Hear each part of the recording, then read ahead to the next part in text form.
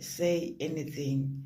I'm not mistaken whether it's 10 or 11 years old, around that age. I'm not quite too sure, but between 10 and 11, I was raped.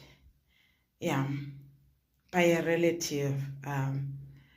So we used to sleep in a what do you call the spare room.